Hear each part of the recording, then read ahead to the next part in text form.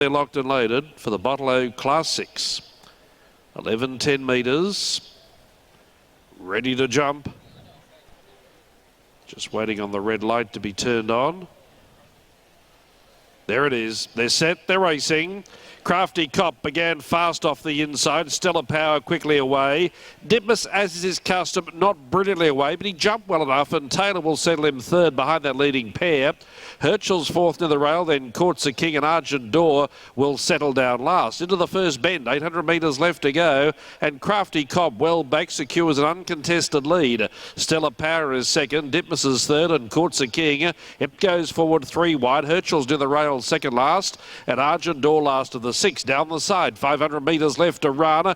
Crafty Cop's getting a good run out in front. Stellar Power guided off the rail. Ditmus coming up 3 wide at the turn as they went by the 400 metres. Herschel's meanwhile sticks to the rail, and then Argent Door and Courts a King fully homeward bound. Crafty Cop against the rail in full flight from Stellar Power. Ditmus needs to pick up now. Herschel's not travelling well. Then Argent Door and Courts a King. It's still Crafty Cop in front. Stellar Power is trying to lay down the law. Ditmus can't get them, but Crafty Cop is going great guns. He'll go all the way. Crafty Cop beats Stellar Power. Ditmus third, Argent Door fourth. Then Courts a King and Herschel's last in 1:6.9. Crafty Cop the winner. Good start off the rails gate. Crafty Cop bouncing to the front. Well rated by Frad. Gives him a riding double. And he was strong to the line, handling the heavy conditions to a nicety. One Crafty Cop, Robbie Frad first for Anderson Heathcote Racing. They had a field day up at Ipswich on Wednesday. I think they won 4 races there.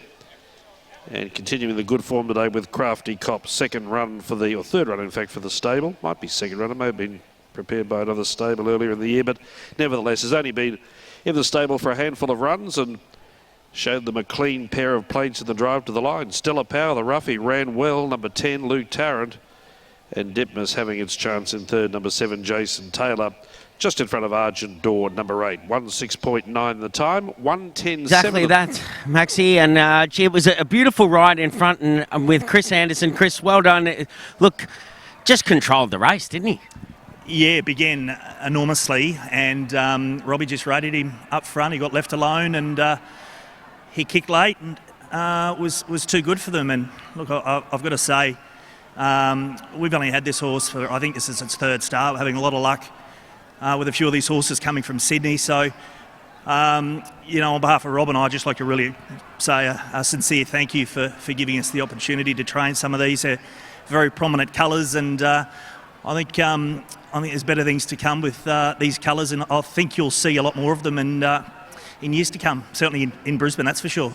And this horse, he obviously had really good heavy track form, and I think, you know, when you jump and get it that soft for the first half of the race and you can kick away and you're effective in this ground, it's no surprise that he goes away and he made a mess of them.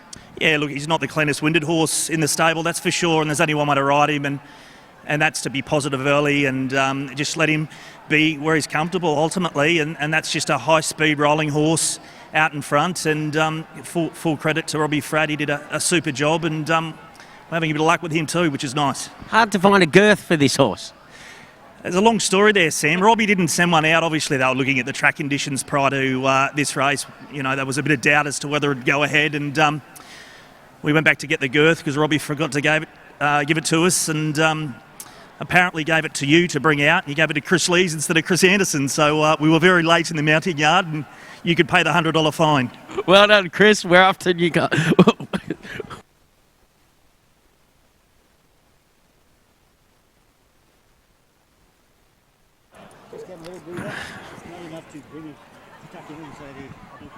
Okay, we're right.